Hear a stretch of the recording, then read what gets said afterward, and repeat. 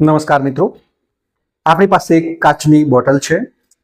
કાચની બોટલમાં પાણી નાખવામાં આવે છે. મિત્રો, કાચની બોટલ સંપૂર્ણપણે આપણે પાણીથી ભરી દઈએ છીએ. ત્યારબાદ તેમાં એક બટાકું છે, એ બટાકાને આપણે પાણીમાં નાખીએ છીએ. તો મિત્રો, અહીંયા જોઈ રહ્યા છે આપણે કે બટાકાને પાણીમાં નાખતા બટાકું પાણીમાં ડૂબી જાય છે. હવે મિત્રો, જ્યારે આંગળી વડે પાણીને ગોળ ગોળ ફેરવવામાં આવે ત્યારે બટાકું ઉપર આવે છે.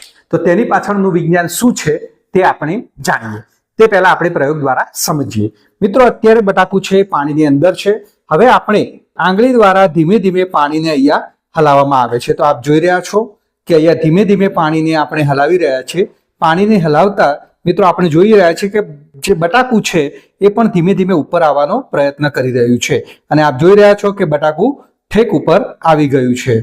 તો આ રીતે પાણીને ધીમે ધીમે હલાવતા બટાકું છે એ નીચેથી ઉપર આવી જાય છે. તો તેની પાછળનું શું વિજ્ઞાન છે તે આપણે જોઈએ.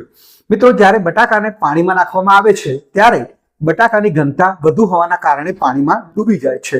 પરંતુ જ્યારે એ પાણીને આંગળી વડે ધીમે ધીમે ગોળ ગોળ ફેરવવામાં આવે છે ત્યારે પાણીમાં નાના નાના બબલ્સ ઉત્પન્ન થાય છે. આ બબલ્સ છે એ ખૂબ જ હલકા છે અને આ બબલ્સ છે એ બટાકાની સપાટી ઉપર ચોંટી જાય છે. અને બટાકાની સપાટી ઉપર ચોંટી જવાના કારણે બટાકાની જે ઘનતા છે એ પાણીની ઘનતા કરતા ઓછી થાય છે. અને પરિણામે બટાકાની ઘનતા પાણીની ઘનતા કરતા ઓછી થવાથી એ બટાકું ધીમે ધીમે પાણીની સપાટી ઉપર આવવા લાગે છે. તો અહીંયા આ મુજબના 3 સિદ્ધાંતો અહીંયા રહેલા છે. એક ઘનતા છે, બીજું છે આર્કિમિડીઝનો સિદ્ધાંતનો અહીંયા ઉપયોગ થાય છે, તરણ બળ, અને ચોથું હવાના બબલ્સની ભૂમિકા. આ ચારે બાબતો આ પ્રયોગમાં રહેલી છે અને આ ચારે બાબતો આ પ્રયોગ દ્વારા આપણે સમજી શકીએ છીએ.